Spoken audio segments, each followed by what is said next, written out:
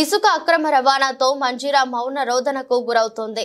ఒకటి కాదు రెండు కాదు రోజుకు వందల లారీలు ఇసుకను అక్రమంగా రాష్ట్ర సరిహద్దు దాటిస్తున్నారు. ప్రభుత్వం మారినా ఈ అక్రమ రవాణా ఆగడం లేదు. ఫలితంగా ఇసుక కాసరులు రోజుకు లక్షల్లో ప్రభుత్వానికి దక్కాల్సిన సొమ్మును జేబులో నింపుకుంటున్నారు. ఇసుక మాఫియాతో కొంతమంది అధికారులు కుమ్మక్కు కావడంతో జోరుగా దందా కొనసాగుతుంది.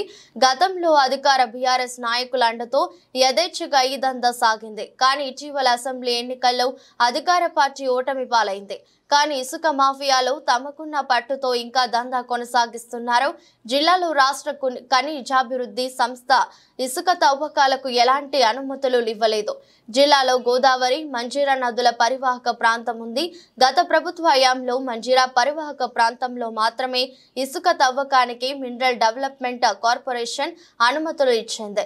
వర్షాలకు పరివాహక ప్రాంతాల్లో ఇసుక మేటలు వద్దని, దాన్ని తగ్గించుకునేందుకు చెక్ డ్యాంల వద్ద ఇసుక మేటలను తొలగించేందుకు మాత్రమే అనుమతినిచ్చింది.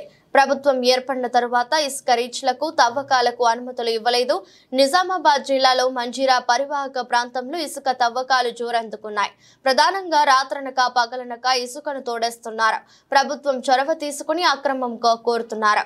గతంలో కొందరు రెవెన్యూ అధికారులు, పోలీసు అధికారులు స్థానికంగా ఇసుక తవ్వకాల సందర్భంగా వాహనాలను సమకూర్చుకుని రవాణాలో పాలు పంచుకున్నారనే ఆరోపణలు ఉన్నాయి.